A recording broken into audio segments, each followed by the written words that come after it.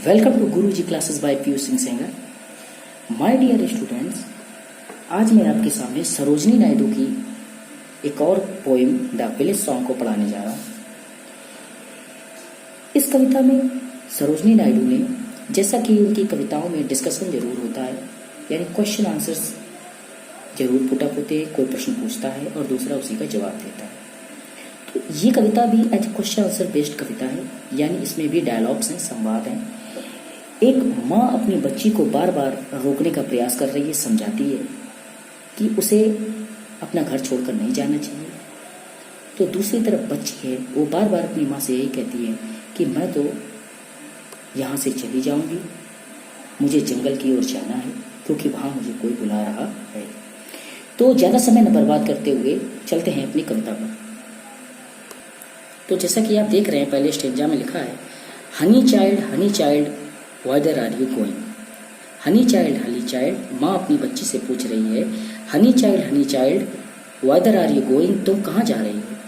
Would you cast your jewels all to the breezes blowing, क्या तुमने अपने jewels माने आभूषण, और लिखा हुआ है सारे आभूषण, टू द ब्रिजेस ब्लोइंग, बहती हुई हवा में फेंक दिए हैं। Would you leave the mother, क्या तुम अपनी माँ को छोड़कर, Who on golden grains has fed you, जिसने तुम्हें खाने के लिए, फेड लिखा हुआ खाने के लिए, यू तुम्हें गोल्डन सुनहले ग्रेन गेहूं के दाने दिए, यानी तुम्हारा पालन पोषण किया, क्या तुम उसे छोड़कर जा रही हो? Would you grieve the lover, क्या तुम उसे ग्रीव माने छोड़ दोगे, जो लवर, जो तुम्हारा प्रेमी है। Who is riding forth to wedding, जो वेड शादी करने के लिए, यू तुमसे, जो तुमसे शादी करने के लिए राइडिंग घोड़े चढ़कर आ रहा है, यानी दूर से चलकर आ रहा है। अब वो बच्ची कहती है, मदर माइन, हे माँ, to the wild forest I am going. Mother mine, मेरी माँ, टू द वाइल्ड फॉरेस्ट, मैं जंगल की ओर गोइंग जा रही हूँ। Where upon the champa buds, जहाँ पर चंपा के पेड़ों की बग्स माने डालियाँ है। द चंपा बड्स, जहाँ पर चंपा के बड्स माने फूल, ब्लोविंग खिलते हैं। To the koel haunted river island, जहाँ नदियों के आइसल्स द्वीपों पर, कोयल हॉन्टेड, कोयल माने कोयल, हॉन्टेड माने कूकती है। वेयर, जहाँ पर लोटस लिलीज क्लिस्टन, जहाँ पर लोटस माने कमल के फूल, क्लिस्टन माने चमचमाते हैं, चमक बिखेरते हैं। The voices of the fairy folk, voices माने आवाज, फेरी परियों की, फॉल्क माने समूह, परियों के समूह की आवाज, और कॉलिंग में मुझे बुला रही है। ओ लिसन, अरे तुम भी सुनो। The voices of the fairy folk, परियों के समूह की आवाज, कॉलिंग में मुझे बुला रही है।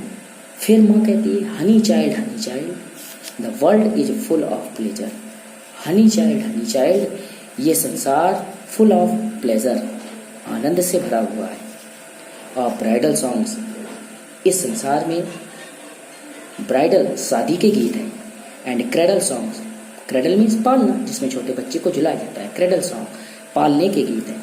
एंड सैंडल सेंटेड लेजर, और सैंडल माने चंदन की, सेंटेड माने खुशबू का, लेजर माने आनंद है, चंदन की खुशबू का आनंद है। Your bridal robes are in the loom, तुम्हारा ब्राइडल माने शादी का, रोब्स माने जोड़ा या शादी की पोशाक, आर इन द लूम बनने को डली, यानी लूम पर लटकी है, तैयार होने को है। सिल्वर एंड सैफ्रॉन ग्लोइंग, जिस पर चांदी और केसरिया रंग चमक रहा है। योर ब्राइडल केक्स, तुम्हारे शादी का खाना, केक्स यानी खाना, और ऑन द हर्थ माने भट्टी, भट्टी पर है। ओ व्हाइदर आर यू गोइंग, अरे तुम कहाँ जा रही हो?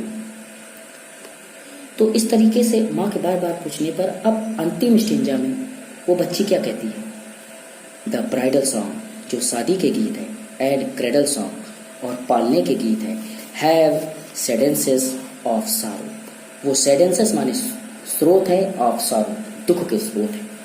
फिर कहती है, the laughter of the sun today, आज सूरज चमक रहा है, तो लाफ्टर माने हंसी है। The wind of death tomorrow, कल मृत्यु की हवा बहेगी। फिर नीचे लिखा हुआ है, for sweeter sound the forest notes, sweeter माने सबसे ज्यादा मधुर, तो फॉरेस्ट नोट्स जंगल का नोट्स स्थान है। Where forest streams are falling, जहाँ पर फॉरेस्ट माने जंगल के, स्ट्रीम्स माने झरने, फॉलिंग माने गिरते हैं, जहाँ जंगल के झरने गिरते हैं।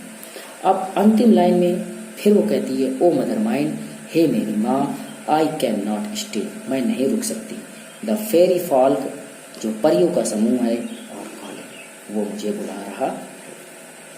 तो इस तरीके से इस कविता का मुख्य बिंदु यही है कि एक माँ अपनी बच्ची को तरह तरह के से भौतिक वस्तुओं को गिनाती है, जैसे कि आभूषण, सुनहले दाने, शादी के गीत, पालने के गीत, हर तरीके से उसे भौतिक वस्तुओं को गिनाते हुए रोकने का प्रयास कर रही है। लेकिन बच्ची जो प्राकृतिक भाग को रिप्रेजेंट कर रही है, जिसमें चंपा, लिली के फूल, कमल के फूल, सैंडल यानी सुगंधित इत्र, जितनी भी भौतिक वस्तुएं हैं उन सबको बताने का प्रयास किया है और ये एक संदेश दिया है कि हमें किसी न किसी तरीके से, हर तरीके से प्रकृति से जरूर जुड़ा हुआ होना चाहिए। तो ये इस कविता का हिंदी रूपांतर हो गया। उम्मीद करता हूँ ये कविता आपको पसंद आई होगी, समझ में आई होगी। तो जो भी हो, आपकी कमेंट का मुझे हर समय इंतजार रहता है। कमेंट के माध्यम से आप मुझे ज़रूर बताएं। फिलहाल आज के वीडियो में इतना ही, तो मिलते हैं नेक्स्ट वीडियो पर। तब तक के लिए आप सभी को आपके सुनहरे भविष्य की ढेर सारी शुभकामनाएं।